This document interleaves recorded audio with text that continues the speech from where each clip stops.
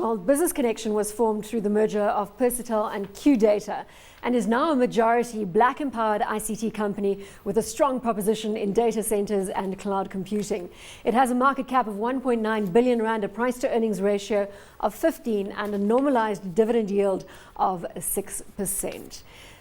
Business Connexion has been through the mill, if I can use that terminology. There were some questions asked some time back, reputational issues. Have we come through all that sailing? I think so, sort of. I mean, they were in the sights of Telkom for a while. That deal was blocked by the competition authorities. As you said there, they emerged out of the original kind of Persetel and Q-data, Rumonits, and in the last technology boom of the late 90s.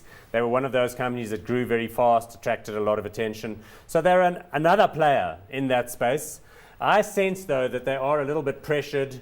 They're a little bit neither fish nor fowl. They've got quite substantial market cap, 1.8 billion, but certainly not a market leader and someone that people look to dominate the market space. There was talk of that French company Orange looking for a possible buyout. Orange, a telecoms company from France. There was talks of the director flying out here in January, and there was big hype around the stock, and then there was talk about special dividends, and from a trading point of view, we all started piling in, which is probably not the right thing to do. And suddenly since that, it's just crashed, and I think we've dropped 10-15% since then. It's never really recovered. There's also talk about it fighting with, I know you mentioned fight earlier, with data-centric, I think about taking staff or vice versa. So it's finding its... So it's been in the news, and sometimes definitely for the wrong reasons. Definitely, I agree. I think it's battling to find its feet here in South Africa, and I know they're looking aggressively at Africa as a whole and trying to look at, I think, Zambia and Ghana and two particular regions which they're trying to focus on. So I forgot to look at the graph on EOH, but let's look at the graph on Business Connexion. Travis, I'm going to ask you to turn around and have a look here. Obviously a nice peak 2011, and as you say, here's the little thing in January. There's the fall. Big dividend, special dividend coming in. So a lot of guys are piling in for that. I think the dividend yield was maybe around 8-9%. So it was quite attractive for a lot of short-term punters, but that actually hasn't worked because we've seen this massive nosedive, and it just seems to be flatlining. Well, yeah, definitely flatlining to current levels. And where are we trading? Just above 440? 440, 445 around 460. there. I think I bought some at 460, 470, some a bit shorter. Could we smell opportunity on Business Connexion? Look, I don't know. I've always been a big supporter of technology investing, but we've gone for the Apples of the world, the Googles and so on. Companies that own their own intellectual property, that acquire others when they see somebody doing something interesting. So down here in the periphery of the global economy, you've got companies like these basically representing other people's technology, trying to pick up corporate customers.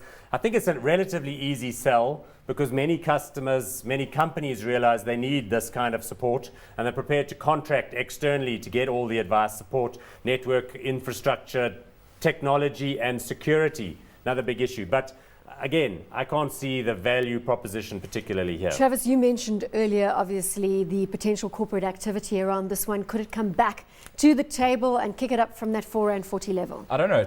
It's got potential for growth and earnings, but if you want to look at history and you compare it to the likes of EOH and the other bigger, other companies, I think it's lacking. It hasn't generated the cash that one would want to see from the business. I think it's got a low return on equity. So for me, I think there is opportunities there. They're trying to expand, like I said, heavily into Africa, and I think they are looking at growth opportunities here locally. So, there is opportunities for growth, but I would say I'm kind of sitting on the fence here waiting to see what. Come on, let's go with the corporate action theme. It's a potential, it's a potential play. Benjamin Mopatlane, the CEO, has been aware of and open to, and he has been moving and shaking in that environment. Because, you don't get close to doing a deal and then get blocked by the competition authority and then go away and decide to run your business organically forever.